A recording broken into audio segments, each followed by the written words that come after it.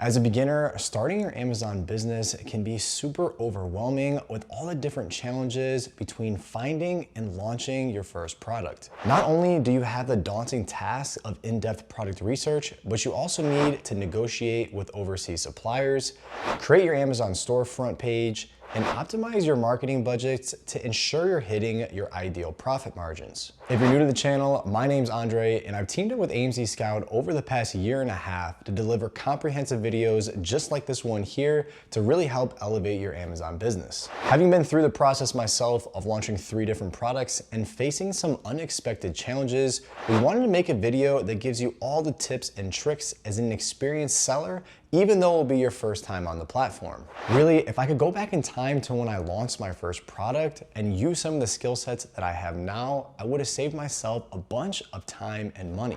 In today's video, we're covering all the important factors you'll need to know as a new Amazon seller, and most importantly, how to obtain that level of financial freedom that can ultimately replace your 9-to-5. Before you start any product research or supplier outreach, you need to establish what type of Amazon business model is right for you. And if you didn't know, there are actually 2 different ways you can sell on Amazon that are really completely different from each other. The first method and business model that I found the most successful is called FBA, or Fulfillment by Amazon. In this business model, Amazon is going to do all the heavy lifting of picking, packing, and shipping your inventory so you can focus on other aspects of the business and scale your sales to a point that's just not achievable if you're fulfilling orders on your own. Another reason why I love the FBA method of selling on Amazon is it allows your product to be enrolled in Amazon Prime, which gives your customer 2-day shipping as well as the trust associated with that badge. One important thing to keep in mind while you're using FBA's fulfillment service is that you need to take into account Amazon's fees to pick, pack, and ship your products and how you're going to incorporate that into your profit margins.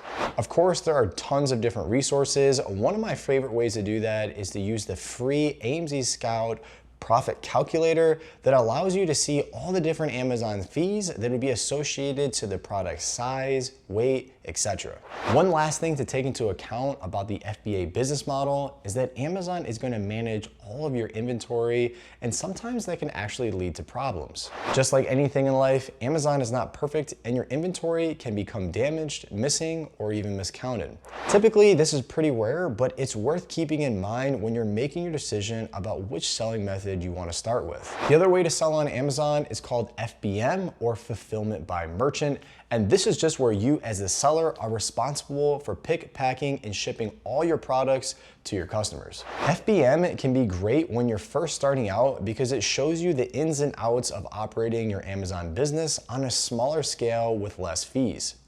You're responsible for managing your inventory levels and, more importantly, making sure the products arrive to the customer on a timely basis. As your business begins to grow and you start selling more and more units on a daily basis, you'll find that the FBM method isn't sustainable for too long, and most folks end up transitioning to the FBA method. Now that we've touched on the 2 different ways that Amazon can be involved in selling your product, let's talk about the 2 different types that you can actually sell within the Amazon platform. The first method, and the way I personally sell on Amazon, is called private label.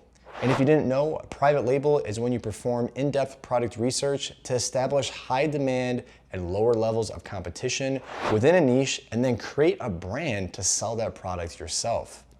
One of the main reasons I love this business model is because it gives you the opportunity to sell something that already has an established level of success. Another cool factor about private label is it gives you the opportunity to be creative with your brand development that you can ultimately sell later down the road. The other business model for selling on Amazon is called retail arbitrage, or more commonly known as reselling. For this type of Amazon business, you again are doing product research within a niche, but now you're selling existing brands. This method can be a little bit more straightforward and doesn't involve as much of that creative aspect to develop a brand. With the approval from the brand, you can sell trusted products that customers have been buying for years.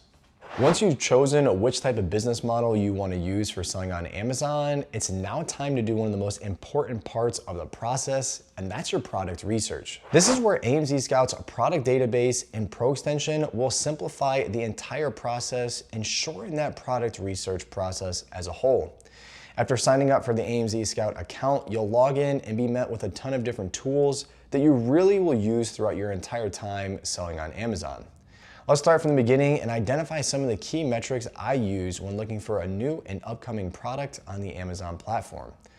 Under the product research tab, you'll see 3 different options. Let's start by clicking on the product database, and let's just adjust some of these filters to refine our search before examining the market.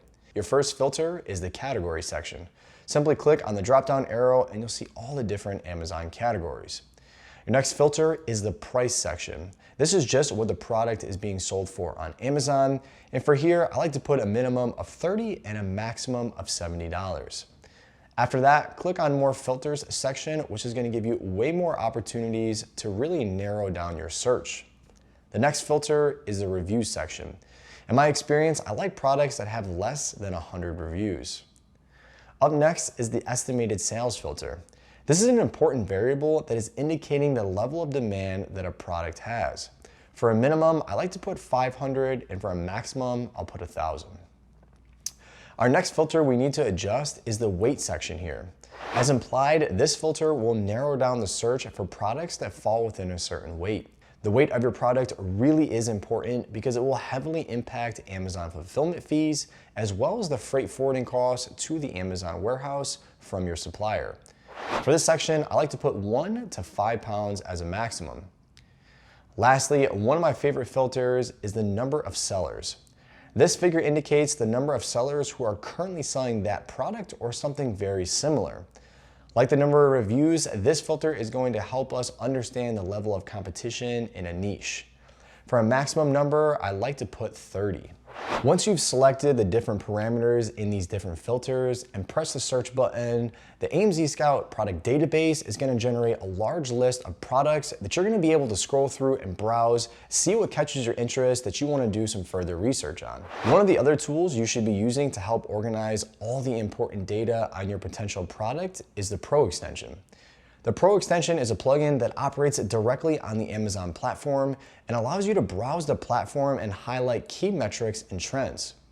One of my favorite features of the Pro extension is the supplier button. If you're looking at a product on Amazon and opening the Pro extension, simply click on the suppliers button and AMZScout will use a reverse image software to find the product being sold on Alibaba, so sourcing your product is easy and efficient. Speaking of suppliers, it's time to talk about what are some good practices as a beginning Amazon seller to get the best price when manufacturing and getting that shipping cost for your product. The first step to ensure that they are trustworthy for making a quality product is to make sure that they're verified through the Alibaba platform. The best way to do this is to select the verified supplier option on the left-hand side once you're on the Alibaba searching for a supplier. Verified suppliers on Alibaba have a third-party inspection to ensure the working conditions are clean and the products are up to standard. Now, when it comes to negotiations with your supplier, I actually have a few tactics that will work pretty well to get you the best price when it comes to your inventory, as well again as that shipping fee. To start, you want to reach out to as many suppliers within your niche and compare and contrast their prices and leverage their quotes when making your final decision. Also, it's not a bad idea to look at some freight forwarding parties to see how much they can send your inventory DDP to the Amazon Fulfillment Center. And if you didn't know, DDP just stands for Delivery Duty Paid, and it is an agreement between buyer and seller that makes sure the seller is responsible for all the risks and fees until the inventory is delivered to the buyer. Before we get into the next step of creating your Amazon Seller Central account, if you're finding value to this video, make sure to smash that like button, as all it does is help us make more videos like this in the future. They're gonna help your Amazon business. When it comes to creating your Amazon Seller account, it's pretty straightforward, but you're gonna wanna make sure that you're ready with all the necessities, as well as which account type you're going to want to choose. When creating your account, you'll need a bank account and routing number, internationally chargeable credit card, government issued ID, tax information, so your business EIN or your social security, as well as a valid phone number. For the different seller account types, there's actually two. There's a professional and an individual. I like to say the individual is great for when you're starting out and selling less than 30 units a month. But if you plan to scale your business and start doing more volume, the professional account for $39.99 per month will save money and actually help you scale your business. Finally, the last step of this process is actually creating the listing for your product, as well as optimizing it so that when shopping customers are on the platform, they see your listing over the competition. The first thing to keep in mind is you want to use highly searched keywords in the title, bullet points, and description of your listing. AMZScout has some great tools like the Amazon keyword search that will give you all the highly searched keywords within your niche and some other valuable information like the bid rate on each keyword. Speaking of the bid rate, you're gonna wanna run some different marketing campaigns on your listing. This is how us as Amazon sellers compete with each other to have our listing show up when a customer types in a certain keyword. As you see from all the steps we covered in today's video, there's definitely a few pieces of the puzzle to make this entire Amazon process work. But once you do, there's no denying that it can ultimately give you that financial freedom that could really replace your 9 to 5. If you're interested in any of the tools we covered in today's video, I'll make sure to put a link in the description where AMZScout is offering a trial on their software so you can get started for free and as soon as today. If you guys have any questions about the steps we covered in today's video, make sure to drop a comment down below and we'll get you going in the right direction. As always, if you guys found value to this video, make sure to smash that like button and I look forward to seeing you in the next one. Peace.